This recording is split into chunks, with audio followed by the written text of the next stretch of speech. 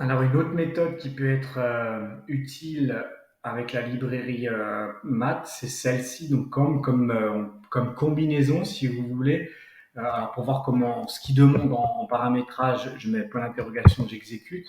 En gros, il me demande deux éléments, un élément n, un élément 4. J'ai la description ensuite ici, mais c'est un petit peu difficile à comprendre. Je vais vous l'expliquer avec un exemple, ce sera beaucoup plus simple.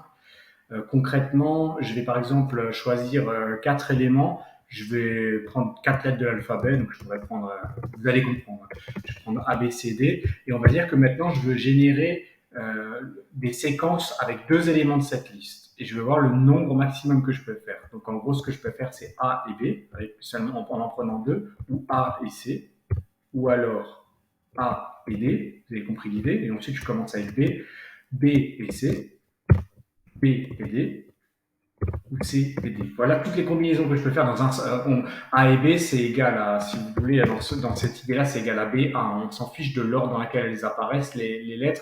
Mais en tout cas, j'ai fait toutes les combinaisons possibles avec un élément, donc avec une liste de quatre éléments où je veux générer ensuite des séquences de deux. Donc j'ai fait A, B, A, C, A, D, vous avez compris l'idée. Et donc ce quatre éléments, eh ben, c'est le premier paramétrage que je mets ici.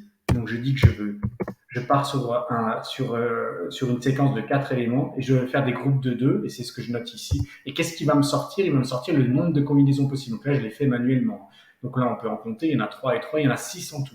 Et donc, c'est ce que lui va me sortir, il va me dire qu'il y en a 6. Donc ça paraît assez simple, hein, vous comprenez l'idée. Si maintenant, au lieu de, je garde sur quatre éléments et je lui dis que je veux une séquence de 3, il va me dire qu'il y a plus de 4 possibilités. Bah, pourquoi? Parce que je vais vous montrer, en gros, là, je peux le faire manuellement encore. En gros, je peux faire A, B, C, ou alors je peux alors A, C, D, ou alors je peux faire B, C, D. Vous voyez un peu, donc la première séquence que j'ai faite, c'est A, B, C. Ensuite, je peux faire A, C, D. Ensuite, je peux faire B, C, D. Et la dernière, A, B, D.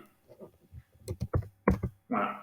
Donc j'ai mes quatre, et c'est bien ce qu'il me met ici. Donc on va dire que on peut le faire à la main, mais maintenant vous comprenez l'idée. Imaginez que vous avez, je sais pas moi, 1000 valeurs et que vous voulez les grouper par 8.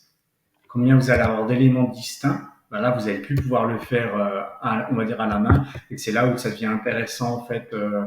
Donc là, c'est énorme les valeurs. Hein, j'aurais pu descendre beaucoup plus bas, mais vous voyez un peu à quoi peut servir ça. Ça peut être utile en data science. En tout cas, c'est quelque chose qui est assez unique, on va dire, dans la librairie Math. Voilà. Et je vais continuer avec les autres, et ces deux-là, je vais les faire ensemble. Ils sont assez sympas.